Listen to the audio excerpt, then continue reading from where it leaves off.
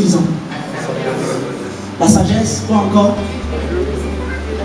La vieillesse. Je suis d'accord avec vous. Toutes les réponses, je suis d'accord avec vous. Sa tête et ses cheveux étaient blancs comme de la neige pure. Toutes ses chevelures étaient blanches. L'histoire de la Bible nous enseigne que les cheveux blancs sont une couronne pour la vie. C'est sur le chemin de la sagesse qu'on acquiert. Sa tête et ses cheveux étaient blancs comme de la neige pure. Je n'ai pas encore des cheveux blancs. Quand vous me voyez, est-ce que j'ai l'air d'un papy? Vous me donnez quel âge?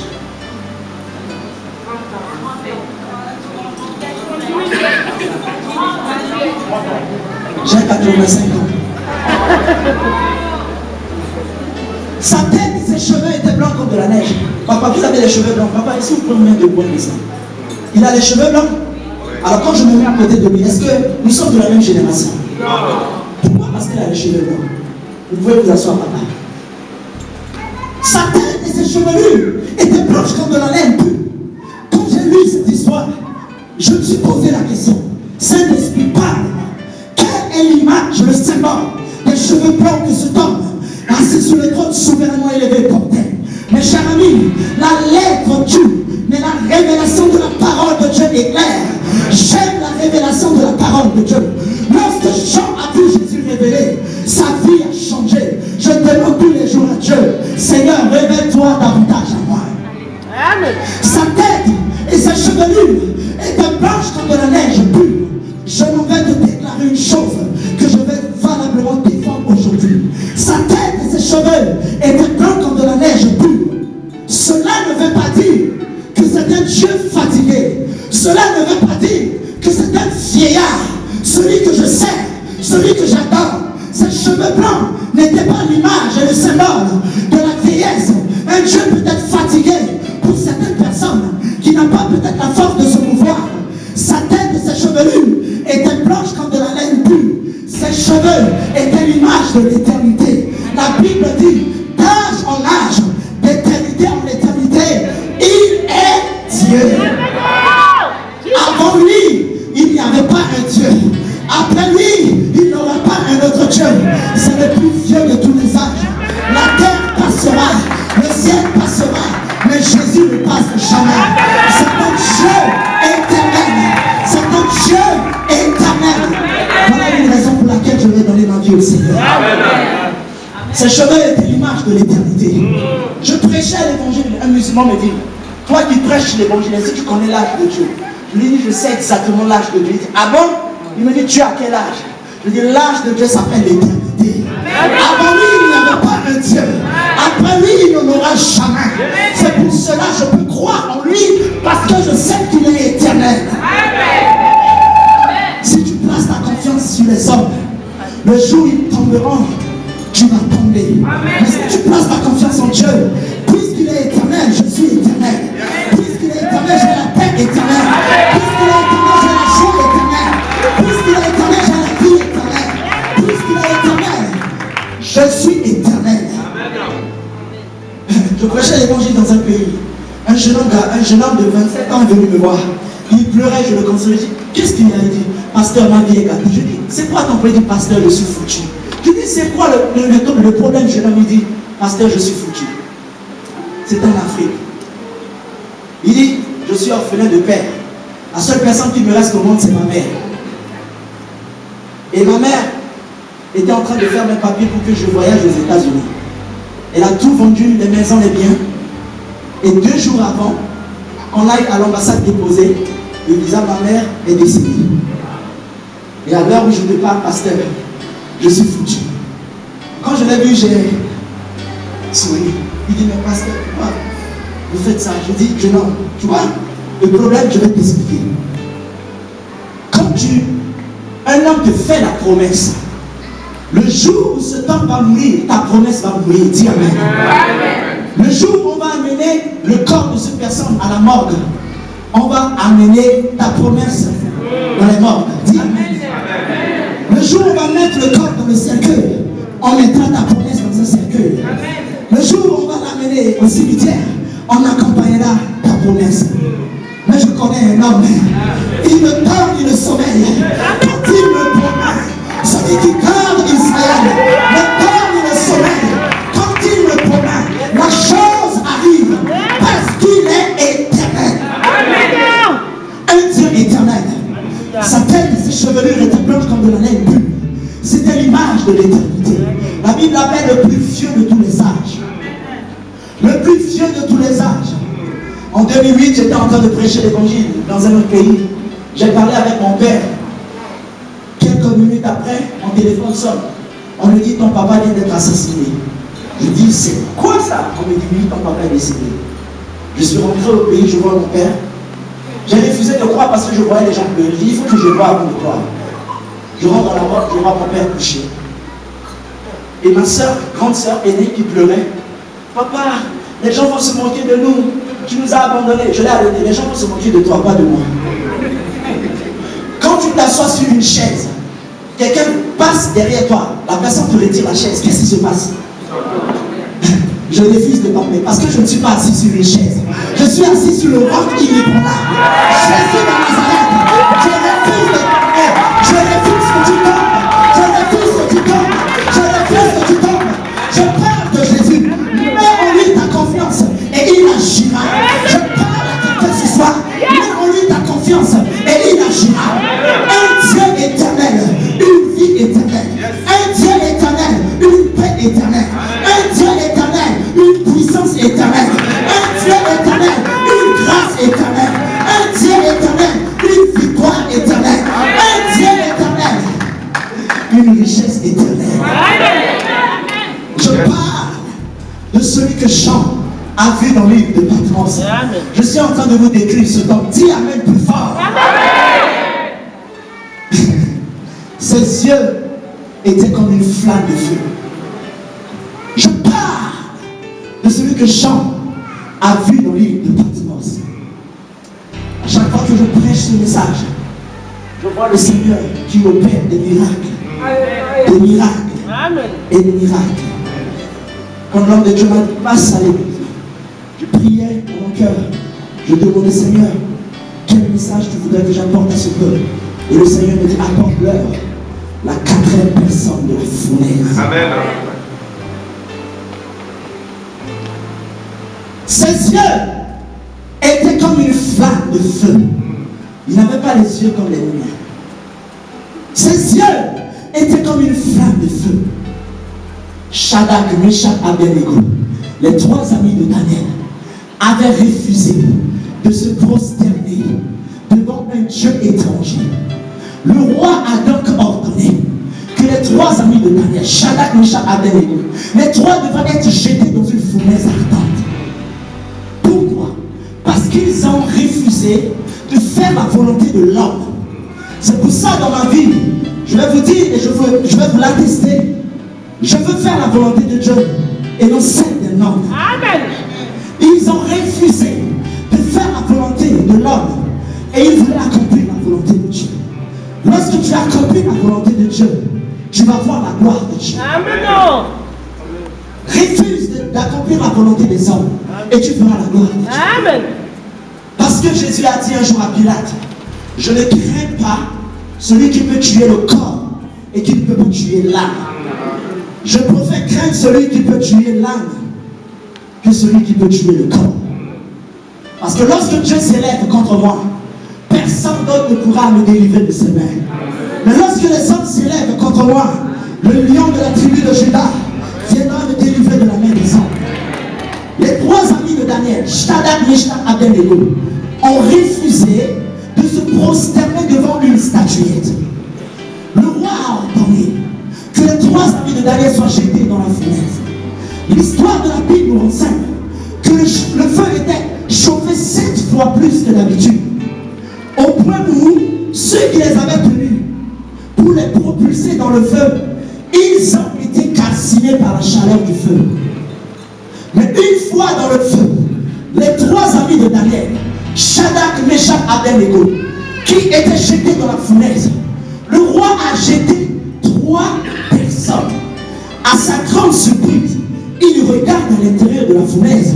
Il voit 4 personnes. La Bible dit, l'aspect de la 4e personne était semblable à celui d'un fils d'homme. Jésus, ses yeux étaient comme une flamme de feu.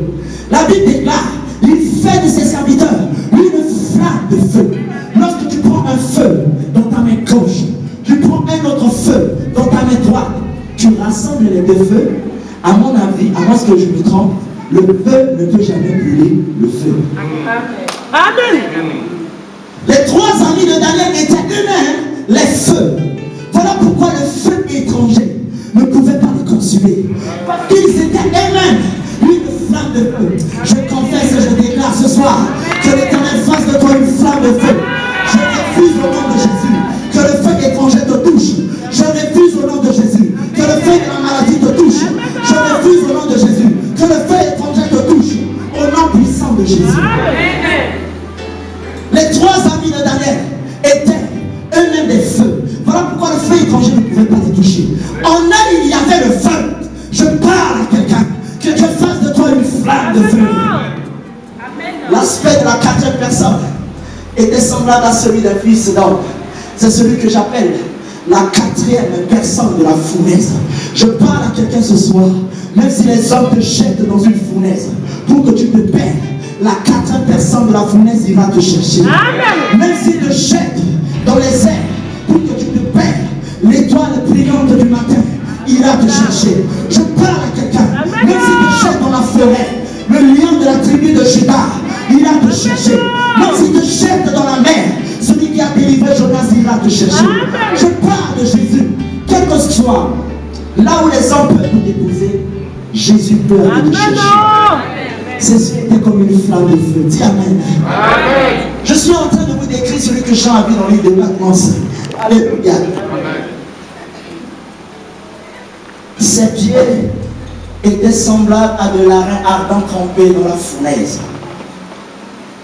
Lorsque tu prends un morceau de fer, tu chauffes à 90 degrés. Tu le déposes ici, qu'est-ce qui se passe?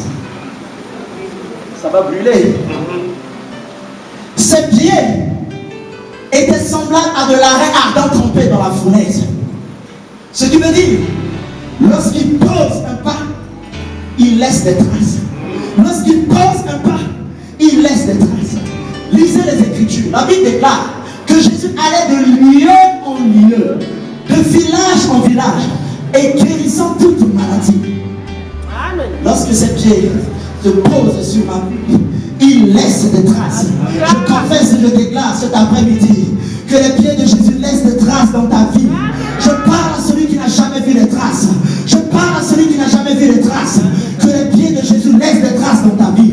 Ses pieds étaient semblables à de l'airain ardent, trempé dans la fournaise. Quand il pose un pas, ses pieds laissent des traces. En 1997, ma mère est partie à Lomé pour acheter ses marchandises. C'était au temps de l'Air Afrique. Qui connaît l'Air Afrique? Et ce jour, elle devrait rentrer, elle devait faire Lomé via Cameroun, Centrafrique. Elle nous appelle, elle dit, allez m'attendre à l'aéroport. On va à l'aéroport, j'étais avec mon père. L'avion était supposé arriver à 15h. Nous étions là, à 15h l'avion venait là, 17h, 18h, 19h, 20h. L'aéroport s'est transformé en une place mortuaire. Les gens qui pleurent partout, que l'avion fait un crash au niveau de Douala. Vous êtes d'accord avec moi? Lorsqu'un avion s'écrase, la seule équation, c'est que les gens doivent pleurer. Parce que l'accident d'un avion n'est pas comme l'accident d'une bicyclette. Alléluia. Mon père qui tombe par terre, qui refuse d'être consolé, il pleure. Tout le monde pleure. Tout le monde, tout le monde. Vous savez, en Afrique, quand il y a un cas de décès que tu ne pleures pas, les gens disent que tu as pleuré. Je ne sais pas si chez vous, c'est pas. Chez nous, les gens mettent parfois des piments aux yeux, juste pour faciliter. La personne ne pleure pas, il crie. Oh, 2 minutes après, j'ai fait, donnez-moi à manger. Le cinéma. C'est le cinéma. Le scénario, sans scène. J'ai dit, je ne pleure pas. Que l'avion s'écrase, pas de problème. Que tout le monde meure dans l'avion, pas de problème. Mon seul problème, je regarderai ma mère. La sagesse de Dieu est une folie pour le monde. Amen. Les gens me disent un avion qui s'écrase et il dit il va voir sa mère. Ça ne va pas dans sa tête qu'il est malade ou quoi. Il dit non, je ne suis pas malade. La sagesse de Dieu est la folie de l'homme. Nous sommes rentrés à la maison. Les gens commencent à faire sortir les chaises. Place mon cœur. Ça pleure de partout, dans les chambres, un peu partout. J'ai dit, Jésus, tu as dit à Marthe, ne t'ai-je pas dit, si tu crois, tu feras la gloire de Dieu. Seigneur, je crois que tu peux protéger ma mère. Toute la nuit, ça pleurait de partout. J'ai oublié d'amener les journaux parce que je les ai encore. Ça pleurait de partout. Toute la nuit, ça pleurait. Vers 4 h du matin, ma foi commençait à se balancer. Je me suis dit, non, quelle est cette histoire? Est-ce que je suis normal?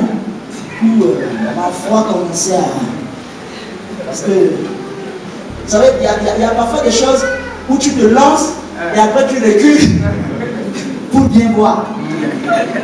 Je dis, non, est-ce que je suis normal? J'entends une voix dans mon cœur, que quelqu'un dise une voix. Une voix. Si tu crois, tu verras la gloire de Dieu. Il n'a pas dit, si tu pries, mais si tu crois, tu verras la gloire de Dieu. Il n'a pas dit si tu pries en langue. Il dit si tu crois, tu verras la gloire de Dieu. Vers 8 h du matin, 9 h, le téléphone sonne. L'esprit me conduit, je décroche. La maman dit, je suis encore morte. Je suis encore vivante, je ne suis pas encore morte. Je suis vivante. Et la maman est sortie sainte et sauve. Jésus fait des choses qui dépassent l'entendement. Si je vous amène les journaux, l'avion est totalement cassé. Je ne peux pas vous expliquer le phénomène par lequel le miracle s'est produit. Et depuis ce jour, je suis devenu un sorcier de la famille. Alléluia.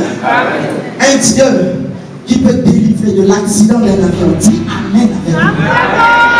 Ses pieds étaient semblables à de l'arrêt ardent trempé dans la fournaise. Quand il pose un pas dans ma vie, il laisse des traces. Je parle à celui qui n'a pas encore vu la main de Dieu dans sa vie. Oui, encore un peu de temps ce soir. Que tes yeux voient des choses que tu n'as jamais vues. Que tes oreilles entendent des paroles que tu n'as jamais entendues. Je parle à quelqu'un dans cette salle. Que tes yeux voient la main de Dieu.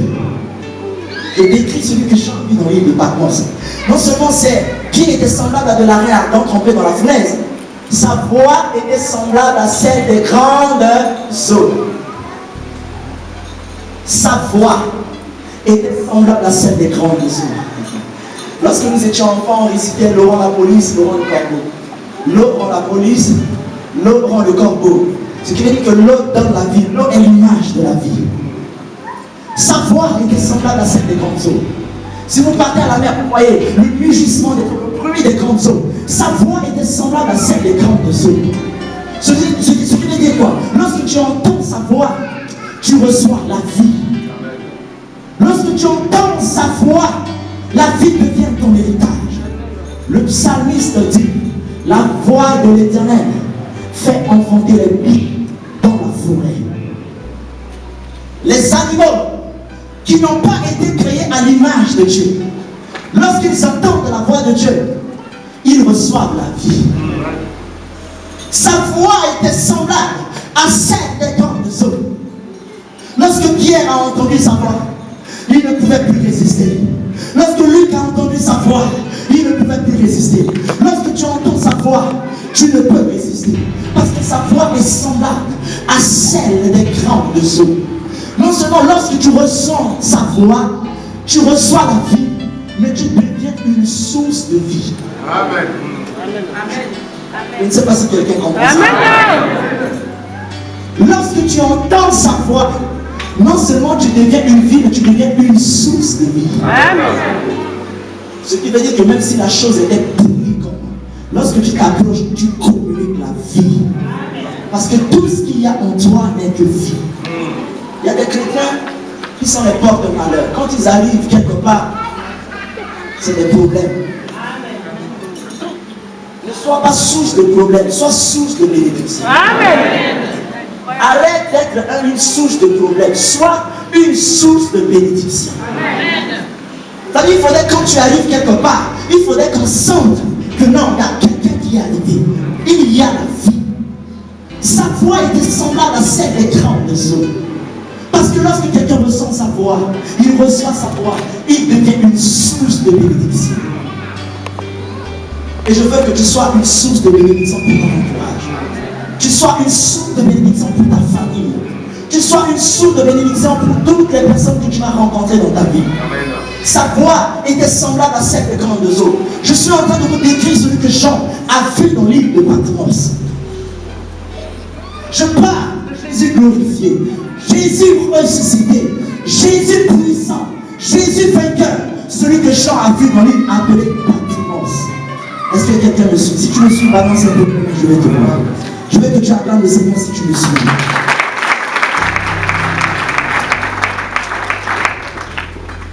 Dans sa main droite, il y avait 7 étoiles. Alléluia. Amen. Alléluia. Amen. Dans sa main droite, il y avait 7 étoiles. Cela n'était pas dans sa main gauche, mais c'était dans sa main droite. Lorsqu'une chose est placée dans la main droite, c'est une position de force.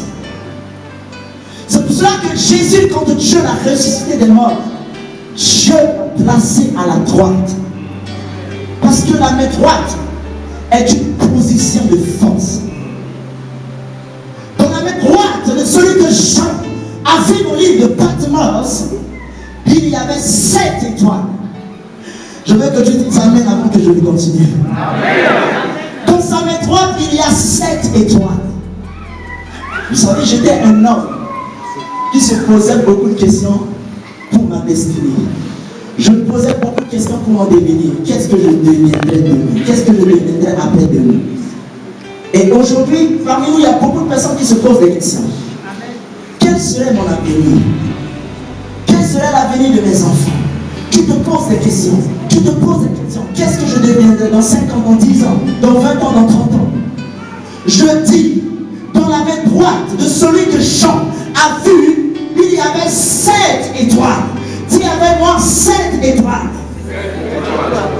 Le jour où j'ai compris, dites avec moi comprendre. Le jour où j'ai réalisé, dites réalisation. Le jour où j'ai vu que dans la main droite de celui qui était souverainement élevé, il y avait 7 étoiles, j'ai arrêté mes inquiétudes. Amen. J'ai arrêté de me poser des questions. Suivez-moi très bien parce que je m'en vais déclarer des choses de ta vie.